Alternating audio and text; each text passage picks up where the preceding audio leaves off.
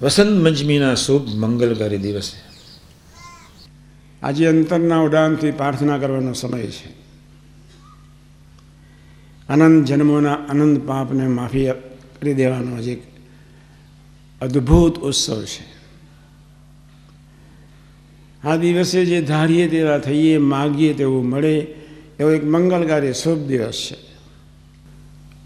જેની દ્રષ્ટિના એક સામાન્ય આટલી બધી પાંપણ પર કેટલા બધા અંદર વાળ છે, એમાંથી એક વાળ જો ઊંચો થઈ જાય, તમારા ઉપર કૃપા કરતા એક વાળ કા નમે કા ઊંચો થાય, એટલો જ કંઈક સંકલ્પ કરી નાખે ને એટલા જ પુણ્યનો પ્રવાહ આ ધરતી પર વહી જાય તો હજારો ભ્રમરૂપ થઈ જાય એવા એક પ્રચંડ શક્તિશાળી શાસ્ત્રીજી મહારાજ, એમનું જે પ્રાગટ્ય દિન, ખૂબ આનંદ થયો.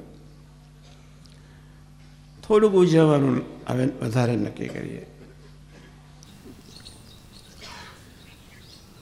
આનંદમાં મણિકાકાના પ્રસંગની તમને ખબર છે. મણિભાઈ, તને મારા મહિમાનો ખ્યાલ છે?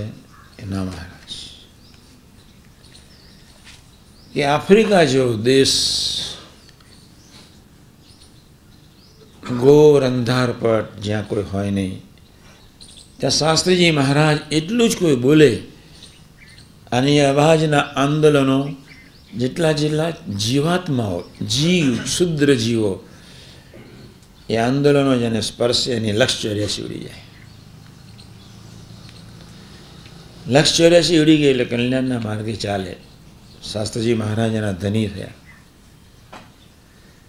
શાસ્ત્રીજી મહારાજ એટલે પરંપરામાં આવતા ગુણાતીત પુરુષ, એ ચેતનાના ધની થઈ ગયા કહેવાય. આ વાતનો ખૂણામાં બેસીને વિચાર કરીએ.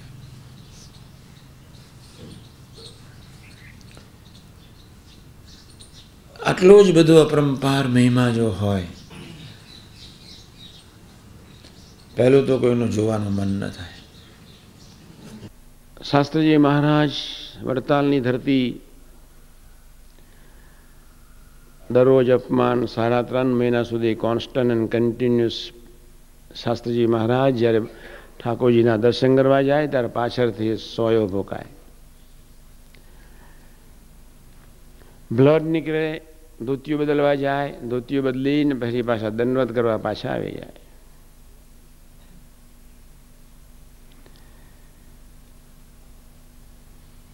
કેટલાય અપમાનો સહન કર્યા, એક કેટલો આ પ્રકારનો બેકાર માર સહન કર્યો. સોયાની સોયા. મણિકાકાએ શાસ્ત્રીજી મહારાજને પૂછેલું કે આ લીલા સંતોએ કેટલા વખત કરી? તો કે 3-4 મહિના સુધી તો ચાલ્યું હશે.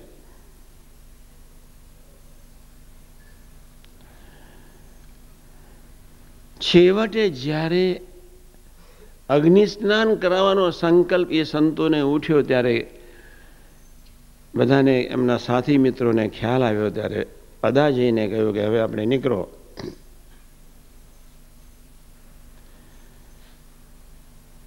પણ ભગતજી મહારાજની આજ્ઞા હતી કે વડતાલનો દરવાજો છોડવો નહીં. એક બાજુ ગુરુ ભક્તિની આન હતી. અદાએ આવીને કહ્યું કે મારામાં રહીને આજે ભગતજી બોલે છે, નીકળી જાઓ. નીકળ્યા. થોડાક જ દિવસો થયા હશે ને મણિકાકાની ઘરે રાત્રિના 1:30 વાગ્યાનો સુમાર ભક્ત ચિંતામણી વંચાતી હતી. એટલામાં વડતાલના પ્રસંગો શાસ્ત્રીજી મહારાજે કયા. એટલામાં મોદી કાકાએ વડતાલના સાધુની બેકાર અભાવની વાતો એકદમ ગરમ થઈ ગયા. મોદી કાકાને લીટી પૂરી ન કરવા દીધી. બરોબર વિચારજો, હું સમજાવું છું. લીટી પૂરી ન કરવા દીધી અને તરત જ આમ પડેલા હતા, તરત જ એકદમ આંચકો લાગે ઊભા થઈ, આમ બેઠા થઈ ગયા હોય તેમ મોદી કાકાના જાંઘ પર જોરથી મારીને કહ્યું, વડતાલના સાધુએ શું તારે બાપ માર્યો છું? તું એની પાછળ પડ્યો છે.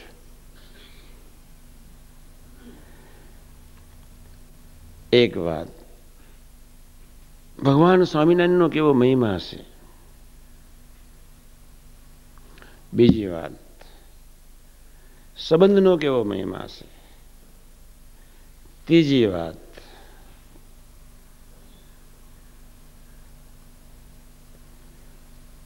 ભક્તોનો સંતોનો કેવા મહિમા છે. ચોથી વાત, મોસ્ટ ઇમ્પોર્ટન્ટ, એ શાસ્ત્રીજી મહારાજને વાગેલા સોયા એ કેવી રીતે ભૂલી ગયા છે. પણ ભગવાન સ્વામિનારાયણનો અપરંપાર મહિમા અને સ્વામી સેવક ભાવ જેના ફળ સ્વરૂપે વિધિના નો ટાઈમ બધું જ ભૂલાઈ ગયું, એનું નામ ભૂલકું કહેવાય.